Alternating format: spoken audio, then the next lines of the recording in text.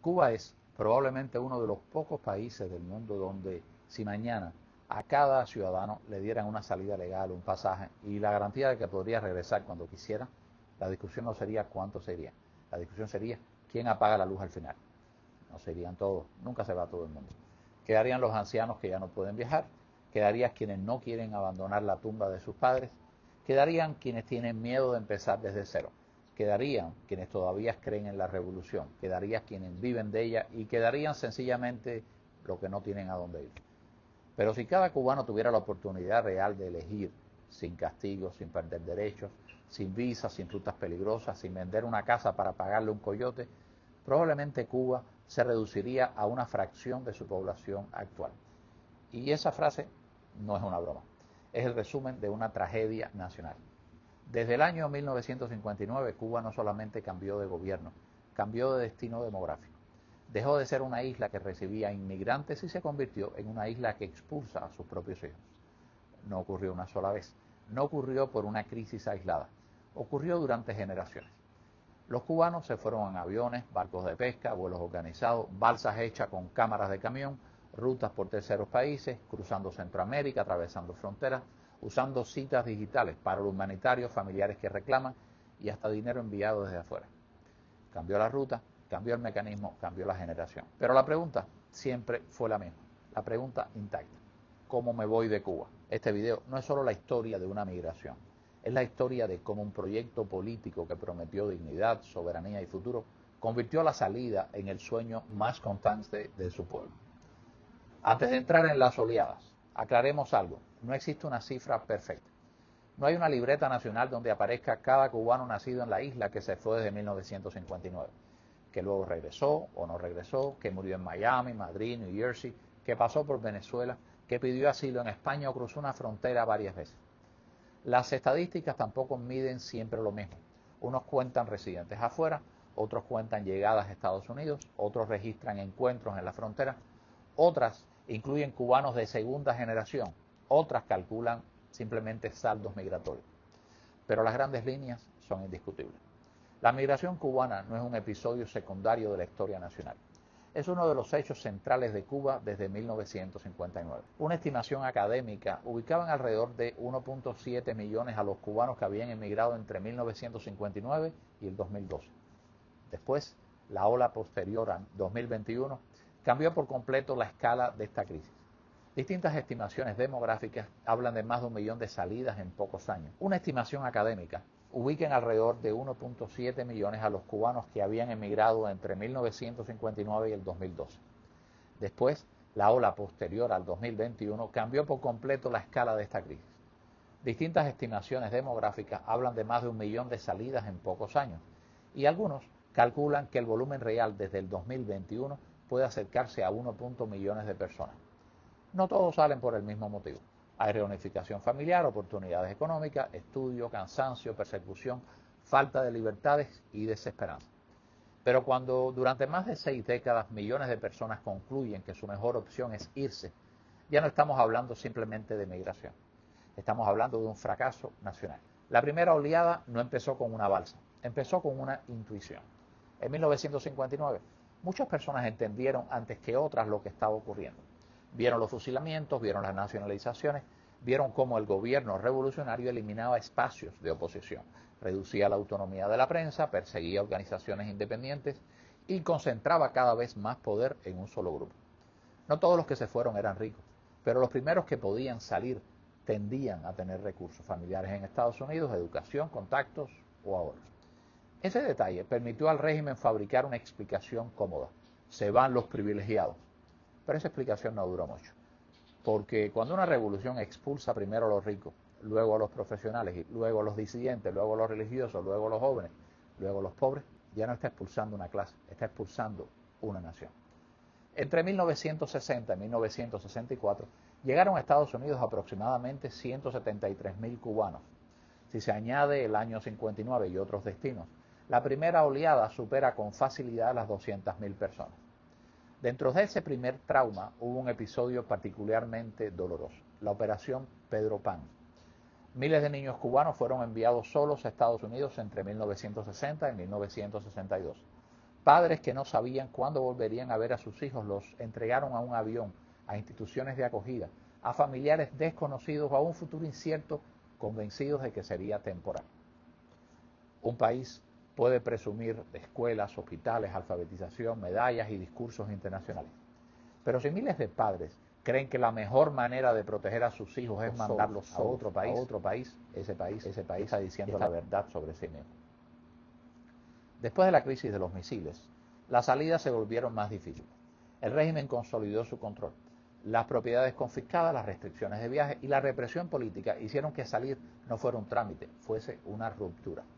El cubano que se iba podría ser marcado como gusano, podría perder bienes, podría dejar atrás a familiares señalados, podía escuchar que su salida era una traición. La palabra patria comenzó a usarse como una cerca. Pero en 1965, esa presión acumulada explotó en un lugar pequeño de Matanzas, Camarioca. El 28 de septiembre de 1965, Fidel Castro anunció que los cubanos con familiares en Estados Unidos podían salir por el puerto de Camarioca en Matanzas. Fue una apertura abrupta, inesperada y peligrosa. Familiares y exiliados de Florida comenzaron a organizar embarcaciones para buscar a los suyos. No existía una infraestructura diseñada para una salida segura. Había barcos pequeños, familias desesperadas, improvisación y un mar que no perdona. En pocas semanas, cerca de 5.000 cubanos cruzaron hacia la Florida. Camarioca reveló algo que el poder no quería admitir. Había mucha más gente queriendo salir de lo que la propaganda reconocía. Camarioca fue una válvula de escape, pero también una humillación política. El régimen había construido una épica de adhesión y de pronto un puerto pequeño se convierte en una fila enorme de personas dispuestos a abandonar la isla. La solución no fue reconocer la libertad de movimiento como un derecho. La solución fue negociar una salida controlada. Y de esa salida, de esa negociación, nacieron los llamados vuelos de la libertad. Si en tu familia alguien salió por Camarioca, por los vuelos de la libertad, por el Mariel en balsa, por alguna de las rutas recientes, déjanos en los comentarios. No solo el año, cuenta si quieres cómo fue, qué dejaron atrás, quién se quedó, a dónde llegaron, cuán fácil o difícil les fue. Porque las estadísticas explican la magnitud, pero las historias personales explican el costo. Y si esta memoria te importa, suscríbete. Aquí no voy a tratar al exilio con una nota al pie de la historia de Cuba. Voy a hablar de él como lo que es, una parte central de la nación. Los vuelos de la libertad comenzaron en diciembre de 1965 y terminaron en abril del año 73. Fueron un puente aéreo entre Varadero y Miami. Aviones que llegaban casi vacíos a Cuba, salían llenos a Estados Unidos. Durante años funcionaron como una salida masiva, ordenada y administrada, basada en peticiones familiares y autorizaciones de ambos gobiernos. Las estimaciones varían según la fuente. Entre 260.000 y 300.000 cubanos salieron mediante este programa. Detrás de la cifra había una coreografía cruel. Para irte no bastaba con querer, necesitabas autorización, necesitabas familiares que te reclamaran. Tenías que dejar atrás tu casa, tus objetos, tu barrio, tu empleo. En muchos casos, el Estado convertía la salida en una expropiación total de tu vida.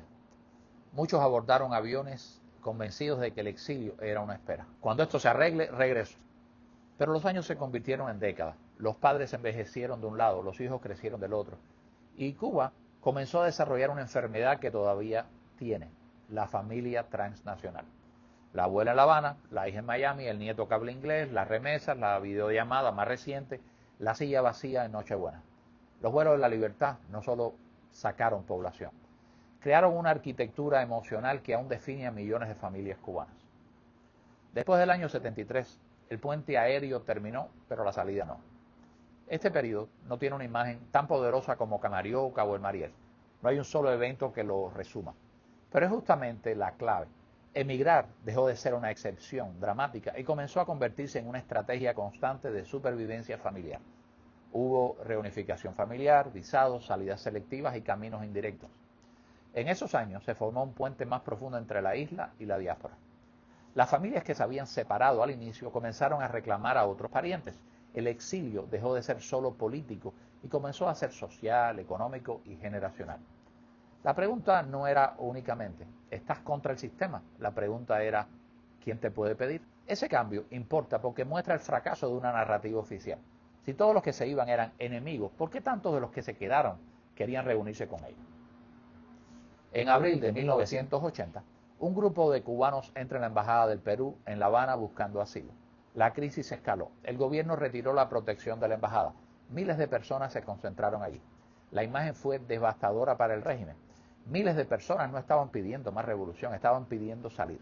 Fidel Castro respondió abriendo el puerto del Mariel. Entre abril y octubre de 1980, alrededor de 125.000 cubanos salieron rumbo a Estados Unidos mediante una flotilla improvisada. Fue la salida concentrada más grande de la historia migratoria cubana hasta ese momento. Pero Mariel no solo fue un éxodo, fue una operación de propaganda y castigo. El régimen organizó actos de repudio. Vecinos fueron movilizados para insultar, golpear y humillar a quienes se iban. A los emigrantes se les llamó escoria, antisociales, delincuentes, homosexuales, indeseables. La lógica era sencilla.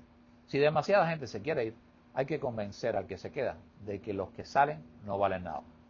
También hubo una maniobra política. Las autoridades mezclaron entre los emigrantes a personas encarceladas, pacientes de instituciones psiquiátricas, no porque representasen a la mayoría, sino porque eran útiles para contaminar la imagen de todo el exilio. Mariel cambió la composición del exilio. Ya no era principalmente profesional de los años 60, el propietario o la familia con vínculos previos en Miami. Era una Cuba más popular, más racialmente diversa, más joven, más marginalizada, más incómoda para la propaganda. Mariel demostró que el deseo de irse no pertenecía a una élite, pertenecía al país. Después del Mariel no hubo una puerta abierta tan espectacular, pero la emigración continuó. Es uno de los errores más comunes al contar esta historia, creer que entre los grandes titulares no ocurría nada. Y sí, sí ocurría.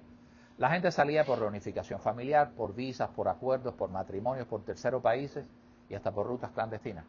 El goteo era constante. En 1991 cae la Unión Soviética y con ella desaparece el sostén económico externo que había permitido al régimen cubano sobrevivir pese a su ineficiencia estructural. La isla entra en una crisis que el gobierno llamó periodo especial en tiempo de paz. Para mucha gente fue simplemente hambre, más hambre. Hay una parte de la historia migratoria cubana que no cabe en los grandes titulares. Camarioca tuvo un puerto, los vuelos de la Libertad tuvieron aviones, Mariel tuvo una flotilla, los balseros tuvieron imágenes que dieron la vuelta al mundo. Pero entre una oleada y otra existió siempre una migración más silenciosa. La gente que se fue sin permiso, sin acuerdo entre gobiernos, sin foto de despedida y muchas veces sin saber si llegaría viva. En Cuba durante décadas salir no fue un derecho, fue una concesión del Estado. Desde los primeros años de la revolución, el gobierno impuso permisos de salida y consecuencias para quien emigrase definitivamente o no regresara dentro del plazo autorizado. No bastaba con querer irse, el Estado tenía que permitirte hacerlo. Y cuando el Estado no te da permiso, quedan otras opciones. El mar, una lancha rápida, una embarcación de pesca, un bote artesanal. Una balsa hecha con cámaras de tractor, pedazos de madera, poliespuma, bidones plásticos, un motor remendado y hasta un camión ahí por ahí. O una ruta indirecta, salir legalmente hacia un tercer país y después continuar de forma irregular hacia Estados Unidos o Europa. Esa es la historia de la salida ilegal, no la salida de quien desprecia una ley por capricho, sino la salida de alguien que vive en un país donde la ley convirtió la libertad de movimiento en un privilegio administrado desde arriba. Desde los años 60 hubo salidas clandestinas por el mar. Algunas personas usaron pequeñas embarcaciones privadas, otras escaparon en lanchas robadas, barcos de pesca o medios improvisados. La migración marítima irregular no fue siempre masiva, pero fue constante. Entre 1959 y 1994, más de 63.000 cubanos lograron llegar vivos a Estados Unidos por mar en grupos pequeños y fuera de los grandes éxodos. Miles más murieron, desaparecieron o fueron interceptados. Eso importa porque cambia la narrativa. No fueron solamente los grandes eventos, Camarioca, Mariel o el éxodo del 94. Durante 3 décadas, miles de cubanos siguieron entrando al mar, muchas veces de noche y sin condiciones mínimas de seguridad, porque no encontraban otra salida. Y una sociedad que obliga a sus ciudadanos a jugarse la vida en el mar para poder elegir dónde vivir, no está protegiendo su soberanía. Está administrando una prisión con costa. Las salidas clandestinas aumentaron a finales de los años 80 y se dispararon desde 1991, cuando desaparece la Unión Soviética y Cuba perdió el subsidio que recibía de gran parte de su economía. Entre 1985 y el año 94, decenas de miles de cubanos estuvieron involucrados en intentos de salida irregular. Algunos llegaron, otros fueron interceptados, otros, muchísimos, miles, desaparecieron.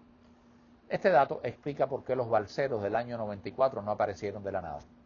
El maleconazo fue el momento visible, pero la desesperación venía creciendo desde antes.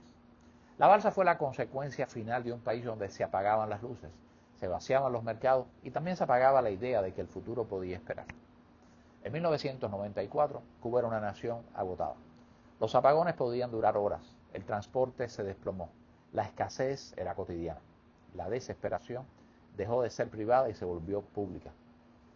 El 5 de agosto del año 1994 ocurrió el maleconazo. Una protesta espontánea en La Habana. No fue un estallido abstracto, fue el sonido de una sociedad que ya no podía cargar más frustración. Después, el gobierno permitió temporalmente que quienes quisieran salir lo hicieran por el mar. Abrieron la frontera y miles usaron esa vía, miles salieron.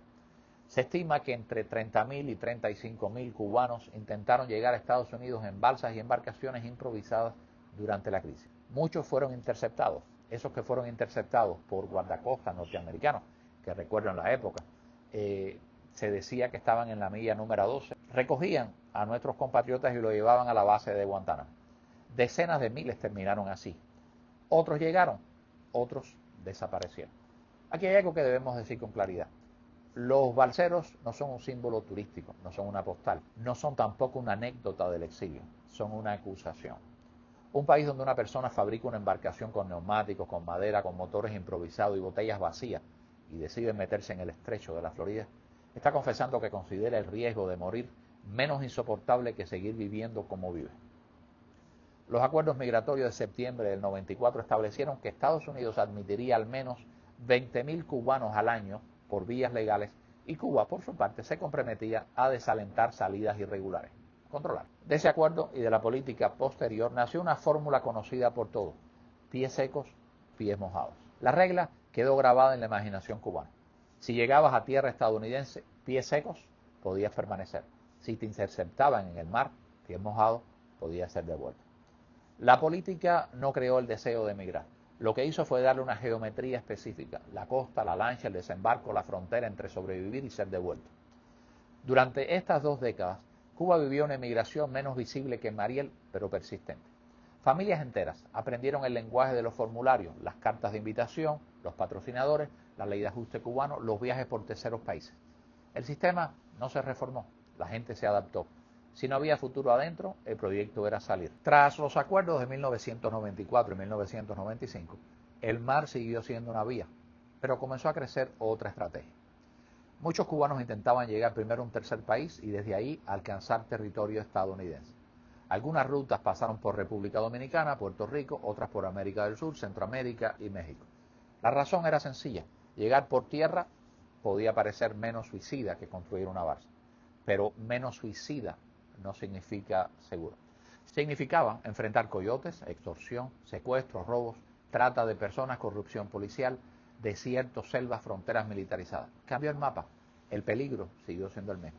No todos los cubanos que intentaban llegar a Estados Unidos se lanzaban hacia la Florida. Desde al menos la década del 2010, también se consolidaron rutas marítimas hacia la península de Yucatán en México. Algunas personas llegaban en lanchas rápidas organizadas por traficantes, otras en embarcaciones precarias. La lógica era cruelmente práctica. Si la Florida está demasiado vigilada, intenta México. Si no puedes llegar en avión, busca el mar. Si el mar no funciona, busca una frontera terrestre. Y si la frontera se cierra, busca otro país que no exija visa. Aquí se mueve una diáspora donde el sistema que expulsa a su gente no cambia. Cada vez que una ruta se bloquea, aparece otra. En enero del 2017, Estados Unidos puso fin a la política de pies secos, pies mojados. El cierre provocó una falsa expectativa en La Habana. Tal vez ahora disminuiría la emigración. No entendieron algo esencial. No era una política estadounidense la que producía el deseo de irse, era la realidad cubana. La ruta cambió. La gente comenzó a buscar otras puertas: Ecuador, Guyana, Surinam, Brasil, Colombia, Panamá, Costa Rica, Nicaragua, Honduras, Guatemala, México, España, Uruguay, Rusia, Serbia, la luna. El cubano dejó de mirar únicamente al mar. Comenzó a mirar al continente entero como una escalera de salida, al planeta entero como una escalera de salida. Y ahí tengo una anécdota. Hay un amigo que seguramente me va a ver, que recuerda, yo salgo en el año 98, principio del año 98, en uno de mis múltiples viajes a La Habana. Este amigo que me conocía por mi trabajo anterior me dice: Marquito, búscame lo que sea. Si es mujer, mejor. Y bueno, hasta aquí la anécdota. Él va a sonreír seguramente. Es una anécdota simpática, pero que muestra también la gravedad y la situación en que estaban. Y salto ahora, fuera de la anécdota, a otro momento. Llega la pandemia, la crisis económica, el 11 de julio del año 21 y el colapso final de la esperanza. La ola posterior al 2021 no se entiende sin una palabra: agotamiento. Agotamiento económico, agotamiento político, agotamiento moral. La represión posterior a las protestas del 11 de julio, la inflación, la escasez de alimentos y medicina, los apagones, el desplome de los servicios, la dolarización desigual y la ausencia de una perspectiva de cambio produjeron una salida de magnitud histórica. La ruta más conocida fue Nicaragua, Centroamérica, México, Estados Unidos. Desde noviembre del año 21, Nicaragua eliminó el requisito de visa para los cubanos. Miles pudieron volar desde La Habana a Managua y comenzar desde allí el trayecto hacia Estados Unidos. Esa vía evitaba el Darién para muchos, pero no eliminaba los peligros: traficantes, extorsión, violencia, desapariciones, abusos y una deuda enorme para cada familia. Aquí aprovecho, voy a hacer una pequeña mención.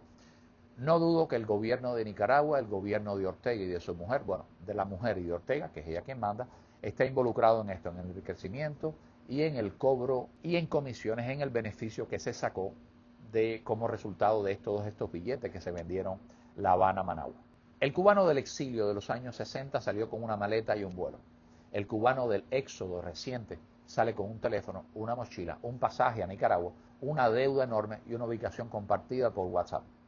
Son generaciones distintas, pero comparten la misma causa de fondo: la certeza de que quedarse no ofrece un futuro.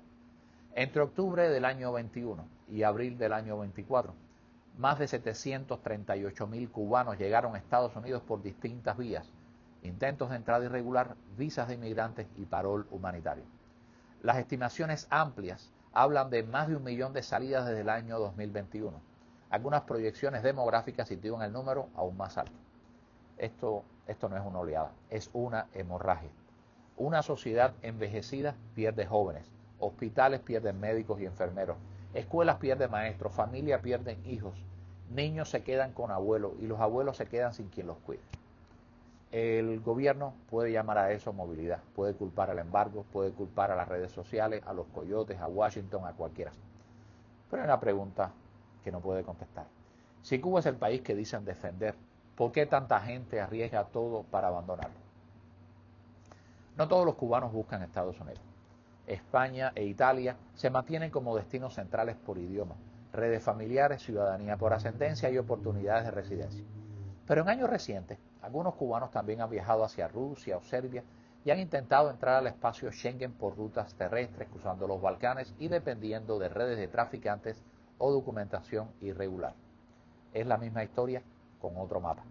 El cubano que antes miraba al estrecho de la Florida ahora estudia aeropuertos en Moscú, rutas por Serbia, pasos hacia Grecia, Croacia o Italia. La geografía cambió, la necesidad de escapar no. Si llegaste hasta aquí, escribe una sola palabra en los comentarios: salida. No como celebración de que la gente se vaya, sino como recordatorio de algo que el poder ha querido normalizar durante décadas: que demasiados cubanos han tenido que abandonar su casa para aspirar a una vida normal. Comparte este video con alguien que crea que el exilio cubano empezó en Miami o que se limita a Miami. El exilio cubano empezó cuando una parte del país entendió que no podía vivir libremente dentro de su propia isla. El costo de la emigración no se mide solo en población, se mide en mesas con una silla vacía, o varias, en madres que viven pendientes de una llamada, en hijos que entierran a sus padres por videollamada, en personas que llegan a otro país y prosperan, pero nunca dejan de sentir que su vida se dividió en dos: antes de irse y después de irse. Cubanos que son considerados ahora extranjeros en Cuba y extranjeros también, y lo serán toda la vida, fuera de Cuba. La diáspora cubana no es una traición a Cuba, es Cuba.